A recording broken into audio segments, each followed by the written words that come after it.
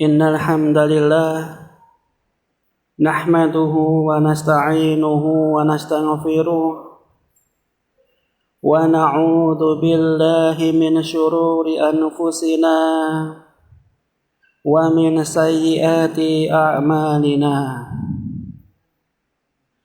Man yahdihillahu fala mudilla lahu wa man yudlil fala hadiya lahu. Ashhadu an la ilaha illallah wahdahu la syarika lah wa ashhadu anna Muhammadan abduhu wa rasuluh amma ba'd.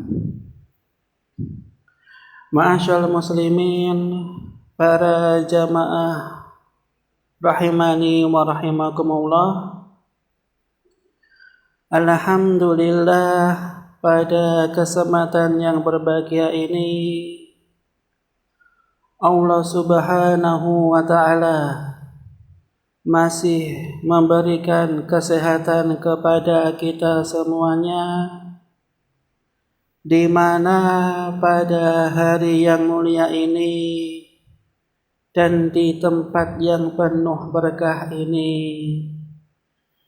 kita masih bisa menjalankan di antara kewajiban kita, yaitu kewajiban untuk senantiasa menuntut ilmu. Kemudian salawat dan salam senantiasa tercurahkan kepada junjungan Nabi kita, Nabi Muhammad sallallahu alaihi wasallam, beserta keluarganya, sahabat-sahabatnya, dan orang yang senantiasa meniti jalannya. Ma'asyal muslimin rahimani wa rahimakumullah. Insyaallah pada kesempatan kali ini kita akan melanjutkan pembahasan dari kitab Minhajul Muslim, karya dari Asy-Syaikh Abu Bakar Jabir Al-Jazairi rahimahullahu ta'ala rahmatan wasi'ah. Dan kita telah sampai pada fasal Al-Ashir, fasal yang ke-10, yaitu fi adabid diyafah, fasal yang berkenaan tentang adab-adab jamuan, adab-adab jamuan atau adab-adab bertamu. Langsung kita bacakan kitabnya. Al-muslimu yu'minu biwajibi ikramin dhaifi. Seorang muslim meyakini tentang kewajiban memuliakan tamu. Wa yakdiruhu qadrahul matlub, dan juga menghormatinya sebagaimana penghormatan yang semestinya. Wa dzalika liqaulir rasul alaihi salatu wassalam, sebagaimana sabda Rasul sallallahu alaihi wasallam, man kana yu'minu billahi wal yaumil akhir, barang siapa yang beriman kepada Allah dan juga kepada hari akhir, falyukrim dhaifahu, maka hendaknya dia memuliakan tamunya. Ya, maka hendaknya dia memuliakan tamunya.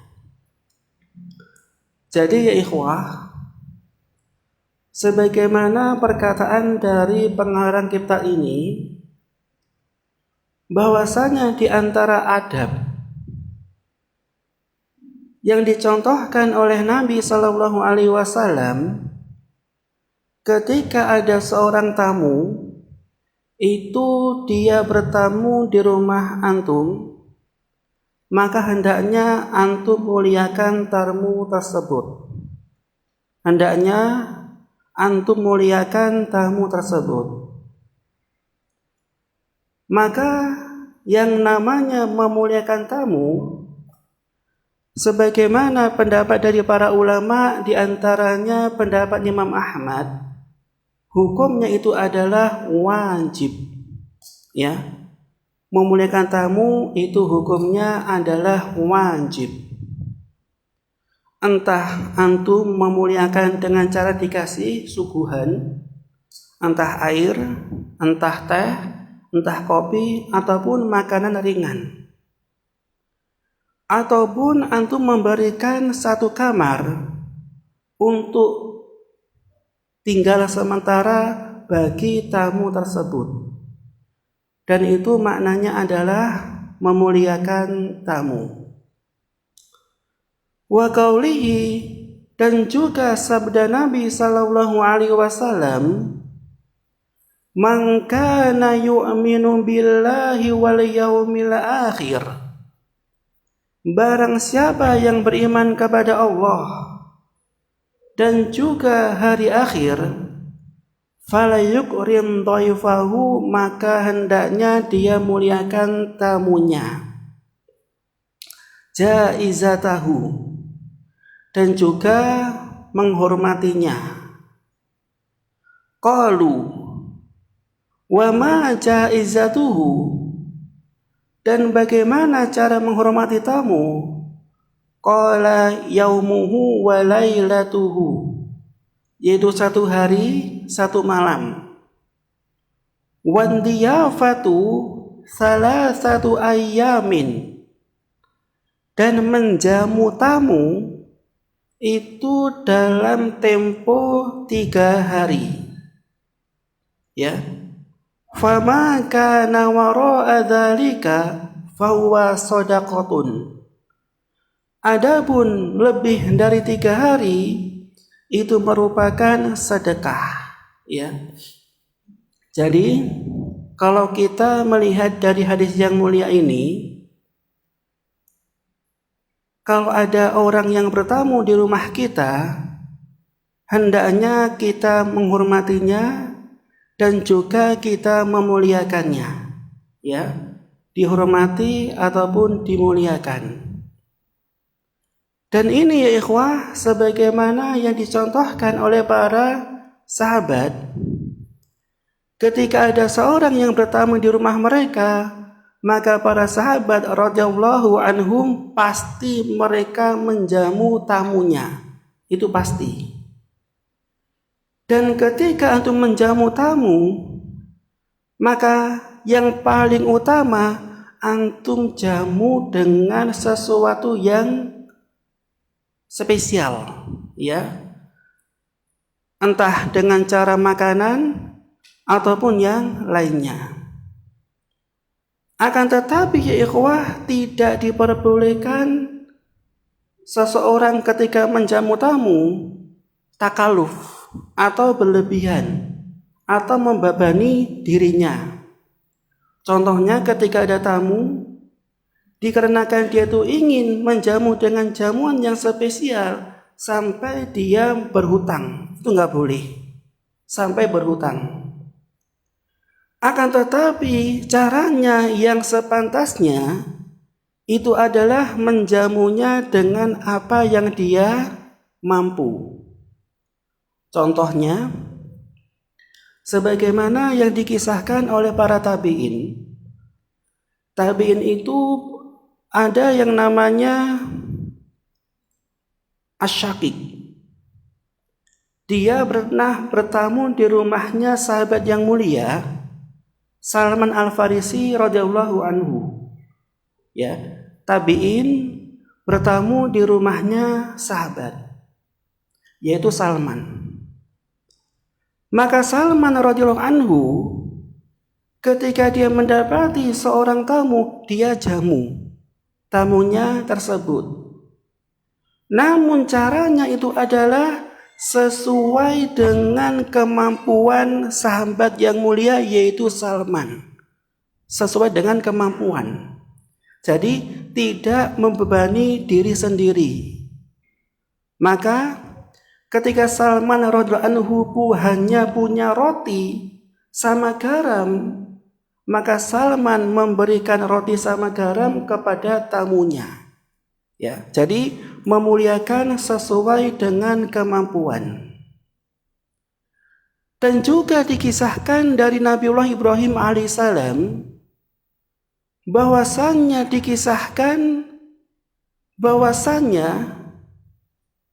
Nabiullah Ibrahim itu beliau juga pernah didatangi tamu, dan cara penjamuannya itu luar biasa. Dengan cara apa? Dengan cara dikasih daging, ya, daging sapi dengan ukuran yang luar biasa besarnya, dikasih daging. Dan ini termasuk tradisinya orang Arab. Jadi ketika ada orang yang bertamu di rumahnya, pasti akan dikasih jamuan yang luar biasa. Entah disembelihkan kambing ataupun disembelihkan unta. Itu tradisinya orang-orang Arab. Dan itu juga termasuk tradisinya kita. Ketika ada tamu dan tamu ini merupakan orang yang dari kerabat kita yang jauh rumahnya, biasanya kita nyembelih ayam. Minimal nyembelih ayam. Dan itu luar biasa senangnya tamunya ketika dihidangkan ayam. Luar biasa. Akan tetapi ya ikhwah, perlu antum pahami antara makna tamu versi Indonesia dengan tamu versinya syariat. Itu beda. Bedanya apa? Kalau tamu versinya orang Indonesia, setiap orang yang berkunjung di rumah kita, entah tetangga, entah teman, semuanya dinamakan tamu. Ya, itu versi orang Indonesia. Akan tetapi versi syariat, sebagaimana penjelasan dari Syekh Utsaimin rahimahullah, yang namanya tamu itu adalah orang yang datang ke rumah kita dan orang tersebut rumahnya jauh dari rumah kita, alias musafir. Ya. Contohnya seperti kalau ada orang Surabaya, dia main ke Malang. Atau orang Sidoarjo, dia main ke rumahnya antum di Malang. Maka orang yang rumahnya jauh di luar kota, itu maknanya adalah tamu versi syariat. Yang kewajibannya antum harus muliakan dengan semaksimal mungkin. Yaitu orang yang jauh rumahnya dari rumah kita. Akan tetapi kalau ada orang yang bertamu ke rumah kita, tapi rumahnya hanya sebelahan alias tonggo dewe, ya, atau mungkin kalau anak-anak kampus tonggo kamar, ya, tonggo kamar. Maka hukumnya itu bukan tamu dan namanya bukan dhaif. Tapi namanya itu adalah zair. Ya, zair. Apa zair itu? Pengunjung. Nah itu. Jadi kalau tamu, dia rumahnya jauh, dia seorang musafir dan rumahnya di luar kota. Namanya tamu. Tapi kalau zair atau pengunjung, itu adalah tetangga yang berkunjung ke rumah kita.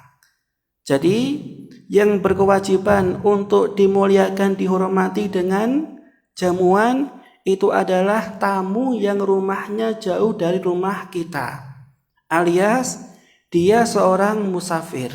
Ya, ini tamu versi syariat. Dan di sini ada beberapa adab ketika seseorang mengadakan jamuan. Ya. Yang pertama adalah an yad'uwa lidiyafatihi al-atqiya dunal fusaq. ketika antum ya ikhwah punya jamuan, punya acara, maka hendaknya kamu mengundang hanya orang-orang yang bertakwa. Ya. Entah ketika antum ada walimahan nikah ataupun walimatul urus, maka yang antum undang hendaknya hanya orang-orang yang bertakwa. Nggak boleh mengundang orang yang suka maksiat dan nggak boleh mengundang orang yang fasik. Itu nggak diperbolehkan. Apa landasannya? Liqaulin Nabi sallallahu alaihi wasallam, sebagaimana sabda Nabi sallallahu alaihi wasallam, la tusahib illa mu'minan.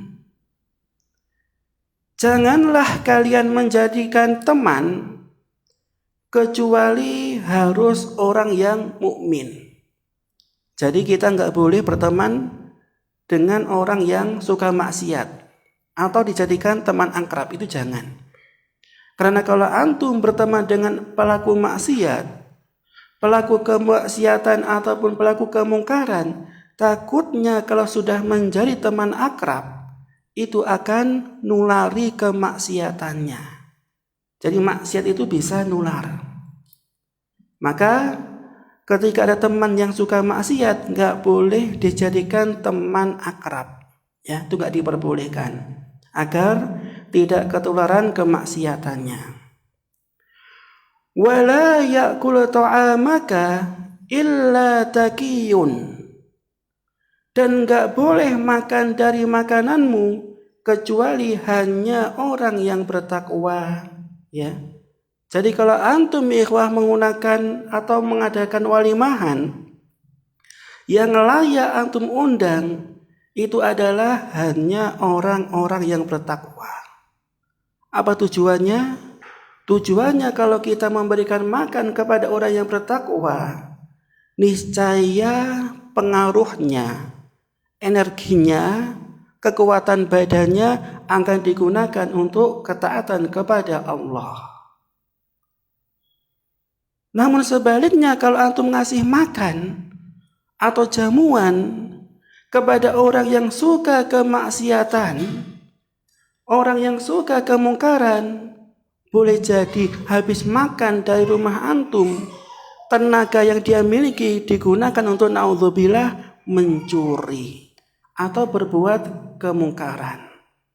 Maka di sini ketika antum punya walimahan, jangan diundang orang yang suka maksiat. Itu nggak boleh. Ya, karena kalau antum memberikan makan kepada pelaku kemaksiatan, maka energi kekuatannya akan digunakan untuk kemaksiatan kepada Allah. Ya, jadi nggak boleh ngundang pelaku kemaksiatan. Kemudian yang kedua, alla yakhussa bidiyafatihi al-aghniya dunal fuqara.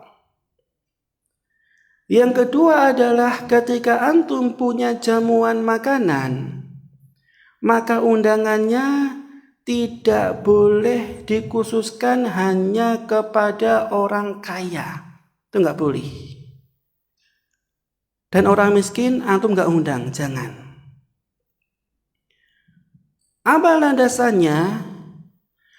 Liqaulir Rasul alaihi salatu wassalam, sebagaimana sabda Rasul sallallahu alaihi wasallam, syarrut ta'ami ta'amul walimah, sejelek-jelek makanan adalah makanan walimah.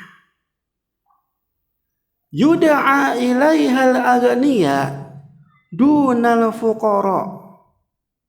Ketika ada walimahan, yang diundang itu hanya orang kaya, adapun orang miskin ditinggalkan. Ya, ini termasuk makanan yang paling jelek. Padahal ya ikhwah, kalau kita ingin mengundang walimahan, itu tidak membedakan mana kaya mana yang miskin. Akan tetapi kalau mereka muslim semuanya, orang yang beriman, kewajiban kita harus kita undangi semuanya tanpa membedakan strata ekonominya. Ya. Dan biasanya orang yang miskin, orang fuqara itu lebih butuh diundang daripada orang kaya. Ya. Maka biasanya kalau ada orang yang nggak punya, antum undang untuk makan-makan, senangnya luar biasa. Ya, senangnya luar biasa. Tapi kalau antum hanya mengundang orang yang mampu, orang yang kaya, biasanya itu bagi mereka biasa saja. Walaupun makanannya beraneka ragam, karena mereka biasa makan yang enak. Tapi ketika antum mengundang orang fakir, orang miskin, yang jarang makan makanan yang enak, maka mereka akan bahagia, dan ketika bahagia, Masya Allah, secara otomatis akan mendoakan kebaikan antum. Ya, antum didoakan dengan berbagai macam kebaikan. Jadi nggak boleh membedakan antara orang fakir atau orang kaya. Atau ketika ada jamuan, itu nggak boleh dipisahkan ya ikhwah. Orang kaya sebelah kanan, orang fakir sebelah kiri, itu nggak boleh. Jadi harus campur. Karena yang namanya Islam itu tidak membedakan antara kaya sama si miskin, tapi yang membedakan itu adalah ketakwaan di masing-masing seorang hamba. Ya, ini adab yang kedua. Ketika mengundang tidak boleh hanya mengundang kalangan orang yang kaya raya, tapi juga harus diundang fuqara. Kemudian yang ketiga, alla yaqsuda bidiyafatihi at-tafakhur wal mubahah. Dan ketika mengundang tamu, itu nggak boleh diniatkan untuk pamer-pameran, itu nggak boleh. Contohnya seperti kalau antum beli mobil baru, agar tetangga antum tahu kalau mobilnya antum baru, antum kumpulkan tetangga antum di rumah antum dalam rangka hanya melihat mobil barunya, itu nggak boleh, alias hanya pamer. Makanya di tempat saya di desa, itu kadang-kadang ketika ada walimahan nikah, itu jor-joran, alias mana yang paling megah. Kalau yang satu ketika nikahan dia mengadakan naudzubillah konser. Yang kedua dia mengadakan konser plus tari-tarian, naudzubillah. Jor-joran dalam hal kemaksiatan. Akan tetapi di sini ketika antum mengadakan walimah, tujuannya jangan untuk pamer kekayaan, itu nggak diperbolehkan. Akan tetapi bal yuqsadu al-istinan bi sunnatin Nabi alaihi salatu wassalam wal anbiya. Akan tetapi kalau antum walimahan mengadakan jamuan, tujuannya itu adalah untuk mencontoh tuntunan dari Nabi Sallallahu Alaihi Wasallam dan juga para nabi-nabi sebelum Nabi Muhammad. Jadi yang namanya jamuan ini juga syariatnya nabi-nabi terdahulu, ya.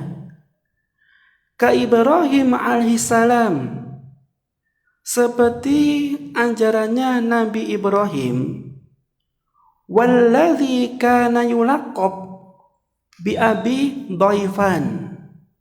Dan Nabi Ibrahim punya julukan, punya laqab, itu adalah bapaknya jamuan. Kenapa namanya bapaknya jamuan? Maka diriwayatkan oleh para ulama, dikarenakan Nabi Ibrahim adalah nabi pertama yang mengadakan jamuan. Maka beliau dilakopi Abi Dhaifan, bapaknya jamuan. kama yanwi biha idkhal surur 'alal mu'minin. Selain mencontoh ajaran Nabi yang namanya jamuan, juga harus diniatkan apa ya ikhwah? Memasukkan kebahagiaan di hati orang-orang mukmin, ya. Dan ini juga bernilai ibadah. Sampai-sampai Nabi Shallallahu Alaihi Wasallam bersabda dalam hadis beliau, ahabbul a'mali ilallah, amal perbuatan yang paling dicintai oleh Allah, idkhalus surur 'alal mu'minin, ya, membahagiakan hatinya orang mukmin.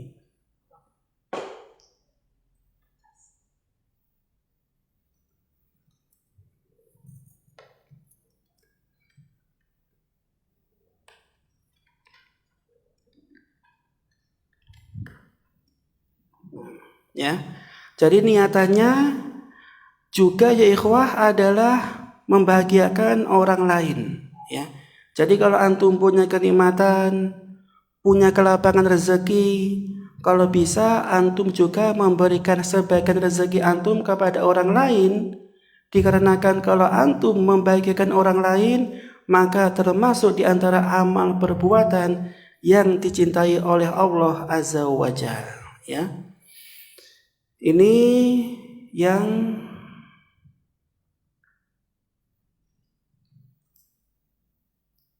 ketiga, ya. Niatan walimahan itu bukan untuk pamer, tapi niatannya meniti contoh tuntunan Nabi Sallallahu Alaihi Wasallam.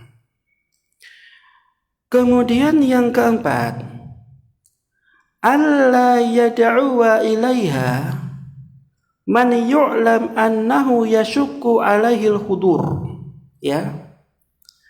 Dan ketika antum mengadakan walimahan, kalau bisa tidak ngundang orang yang susah hadir.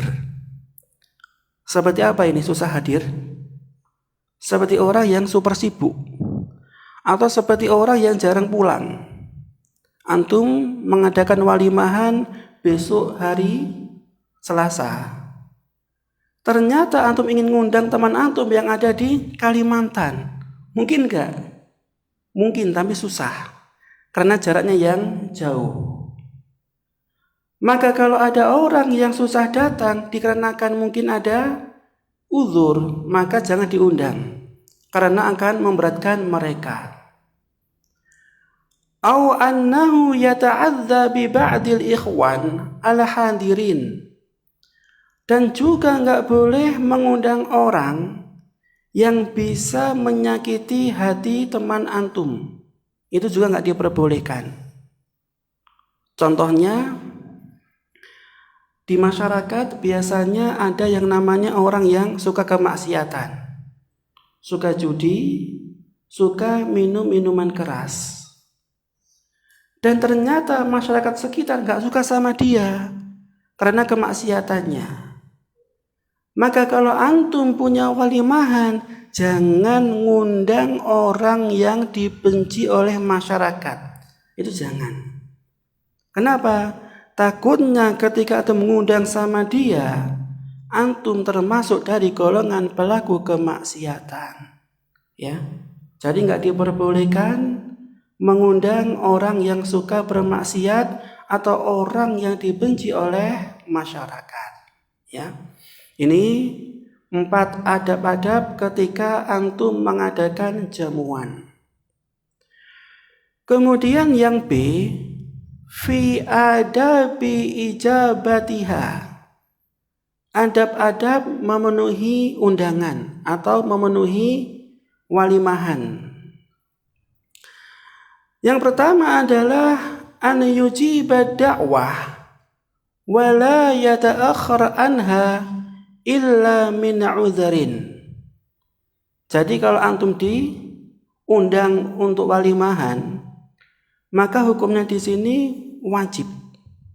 Ya, hukumnya wajib untuk didatangi. Akan tetapi ikhwah, enggak semua walimahan. Enggak semua. Ya, jadi nggak semua walimahan, nggak semua undangan wajib didatangi, nggak semuanya. Bagaimana penjelasannya? Maka dijelaskan oleh Syekh As-Sa'di rahimahullah. Jadi memenuhi undangan itu dirinci ya ikhwah. Yang pertama adalah hukumnya wajib untuk didatangi. Jikalau acara tersebut tidak ada yang namanya kemaksiatan, itu wajib. Contohnya apa? Contohnya ketika ada undangan walimahan, ternyata ketika dia tuh ngundang, orangnya tahu Islam, tahu sunnah, yang perempuan tidak dicampur dengan laki-laki. Dan ketika walimahan tidak disediakan khamr atau arak. Dan ketika walimahan tidak ada kemaksiatan, maka hukumnya antum wajib untuk datangi. Kalau tidak ada kemaksiatannya. Tapi yang kedua, jikalau ketika ada undangan dan ternyata acaranya penuh dengan kemaksiatan, ya, tempat duduknya disediakan khamr atau minuman keras.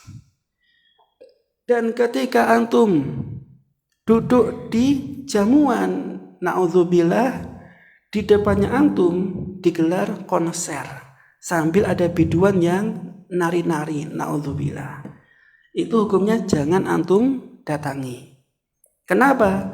Dikarenakan kalau antum datangi secara nggak langsung sama saja antum mendukung kemaksiatan yang tersebut. Walaupun antum datang dan antum tutupi telinga antum, mata antum masih bisa melihat biduan yang nari-nari. Dan ketika antum nutup mata antum, telinga antum masih bisa mendengar nyanyian biduan. Ya. Makanya ketika ada walimahan yang di dalamnya ada kemaksiatan, maka hukumnya haram untuk antum datang. Nggak boleh. Karena kalau kita datang, sama saja kita dukung kemaksiatan tersebut. Ya. Nggak boleh. Ya, karena kita sama saja dukung kemaksiatan tersebut. Apa landasannya? Landasannya adalah sabda Nabi sallallahu alaihi wasallam, "Man du'iya falyujib." Barang siapa yang diundang, maka hendaknya dia datangi. "Lau du'itu ila qurra'i syatin la ajabtu." Dan seandainya aku diundang untuk jamuan, makan pahanya atau betisnya kambing, niscaya akan aku penuhi. Jadi maknanya apa? Maknanya kalau antum diundang, walaupun hanya minum teh bareng, ya, atau minum kopi bareng, kalau di dalamnya tidak ada kemaksiatan, wajib antum datangi. Ya, wajib antum datangi, walaupun hanya hidangannya air putih. Tapi sebaliknya, kalau ketika acara kok banyak kemaksiatan, jangan sekali-kali antum memenuhi. Jangan. Apa tujuannya? Tujuannya adalah sebagai bentuk kita mengingkari kemaksiatan tersebut. Ya.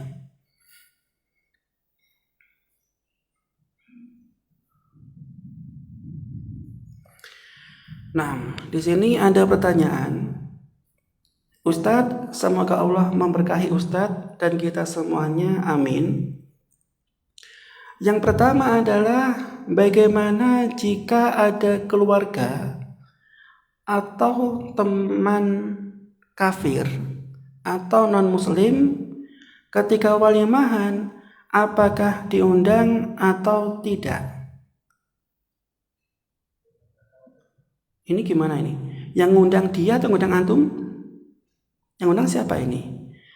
Bagaimana jika ada keluarga atau teman kafir ketika walimah? Apakah diundang atau tidak? Antum mengundang dia gitu ya? Oh ya. Jadi kalau antum walimahnya ikhwah, ya, kalau antum walimahan, contohnya antum walimahan urs atau walimahan pernikahan. Kalau kita melihat teks hadis dari Nabi Shallallahu Alaihi Wasallam, itu nggak boleh antum ngundang orang kafir, nggak boleh. Kenapa? Dikarenakan teks hadisnya adalah wala ya'kul ta'amaka illa taqiyun. Ya, wala ya'kul ta'amaka illa taqiyun. Jadi kalau antum punya acara walimahan, maka janganlah memakan makananmu kecuali hanya orang-orang yang bertakwa. Siapa orang bertakwa ini? Otomatis orang muslim, bukan orang kafir. Jadi kalau ngundang, jangan ngundang orang kafir. Itu nggak diperbolehkan. Karena hadisnya tegas, wala ya'kul ta'amaka illa taqiyun. Dan tidak boleh makan makananmu kecuali hanya orang yang bertakwa. Ya, jadi jangan ngundang.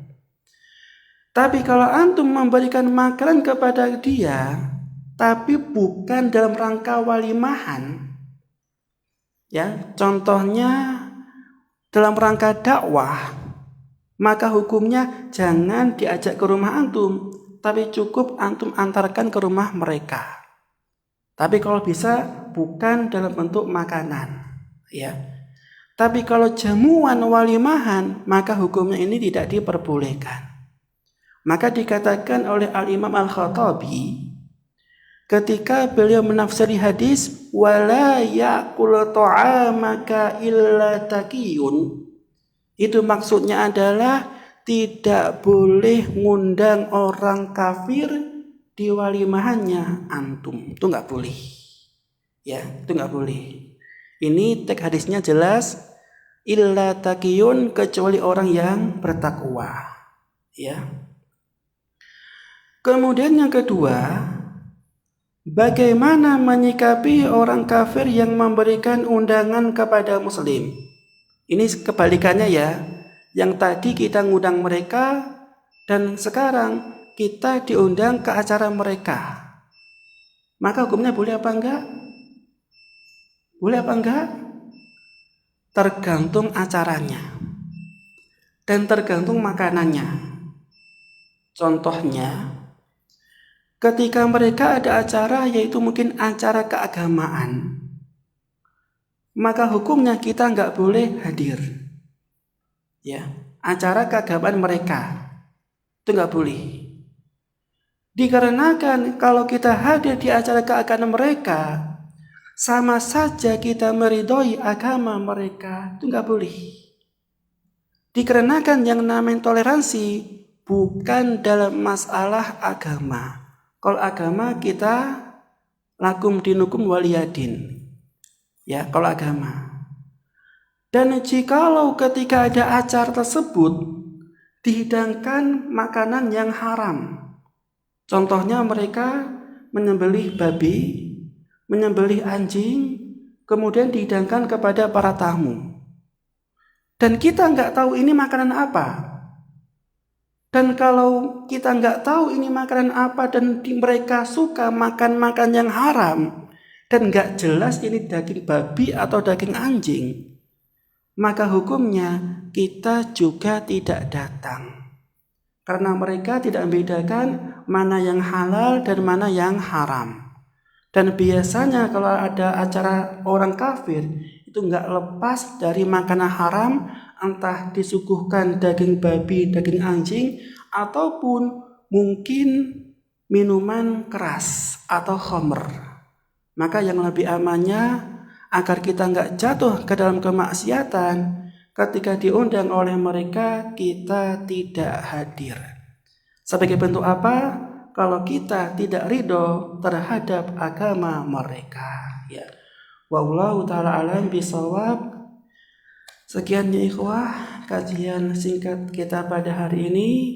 Mudah-mudahan apa yang kita kaji hari ini memberikan keberkahan kepada kita semuanya, dan mudah-mudahan Allah memudahkan segala urusan kita. Amin amin ya rabbal alamin.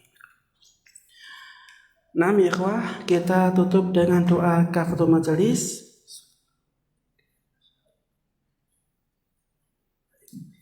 Wassalamualaikum warahmatullahi wabarakatuh.